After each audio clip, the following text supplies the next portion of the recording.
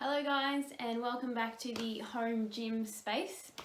Today we're going to talk about non-specific chronic lower back pain and go over a couple of exercises that can be really beneficial in helping you improve your pain and obviously quality of life and overall function. So I think it's really interesting that actually 80% of Australians throughout their life will experience an episode of chronic lower back pain or acute back pain. It can be due to a lot of different reasons, poor movement patterns, weaknesses or imbalances, particularly in our posterior chain, so the muscles located kind of in our back, our hips, and then the back of our legs. Overweight and also sedentary behaviour or extended period of time sitting at a desk. So they're kind of the main few causes. But what we're going to address today is looking at about 2 to 3 exercises that are really easy and really safe for most people to complete on a regular basis and should give you some relief or start to improve the feelings of back pain long term. Alrighty, so exercise number 1 is a glute bridge.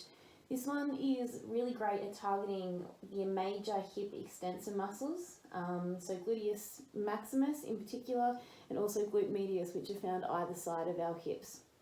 Now, to perform this exercise, what you're doing is you're laying down nice and flat. Feet and knees are hip width apart, and your feet aren't too far away from your body, but they're also not too close. So kind of find that nice middle point.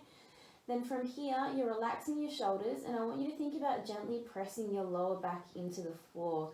So when that happens, what we should feel is that our pelvis tilts slightly, okay? So we're gently pressing our lower back against the floor.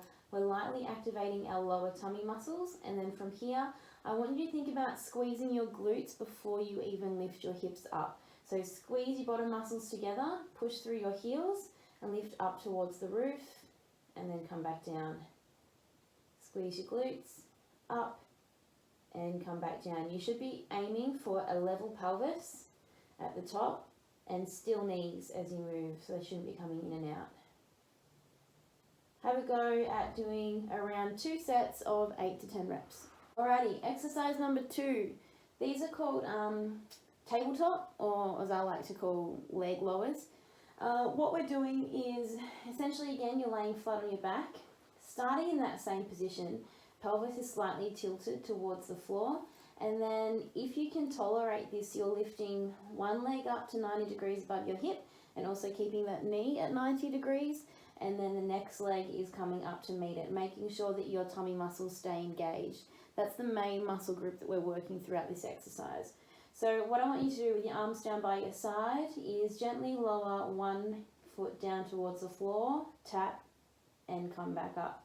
We're going to alternate sides. So really think about drawing your belly button in towards your spine, keeping your tummy muscles nice and switched on, and your trunk nice and stable, so you shouldn't be wobbling around too much. Okay, if this variation is too difficult, pop one foot or both feet down, then only lift up one leg. Okay, so you've got one leg there stabilizing you, and then the other leg is coming down, tap, and come back up. Control down, heel tap, just very so slightly, and come back up.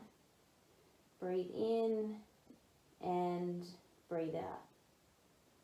Again, around 2 sets of 8 to 10 reps. Right, number 3, last but definitely not least, is the sit to stand exercise. So this movement is very functional. It's something that we're all required to do on a daily basis.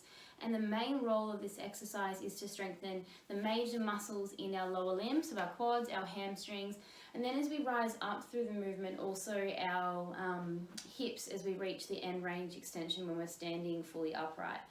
In addition to this, it also integrates a lot of our core muscles in a very functional way, which is what is required of us when we complete movements on a daily basis. So we'll go through the sit to stand exercise so you've got an idea. You want to start sitting on a chair with your bottom towards the front of the chair, and your hands, you can use them to help push up if you need, or you can cross them in front of your body or have your arms straight out in front, whatever suits you. So from here, feet are hip width apart and slightly back a little bit. You can't quite see my feet, but that's okay. So from here, big strong push through your feet, standing up nice and tall, And then on the way back down, nice and controlled, back down to the chair. I don't want to see you drop and flop, okay? So big strong push up and stick your hips back, control back down. Big strong push up, stick your hips back and control back down. Again, 2 sets of 8 to 10. So there you have 3 of my favourite exercises for persistent or a chronic lower back pain. As always though, if they don't feel right, if you're not getting any benefit, please book in to see either myself or Megan for a correct assessment and exercise prescription that's going to be specific for you. Thanks for tuning in guys, and look forward to seeing you in the clinic. Cheers.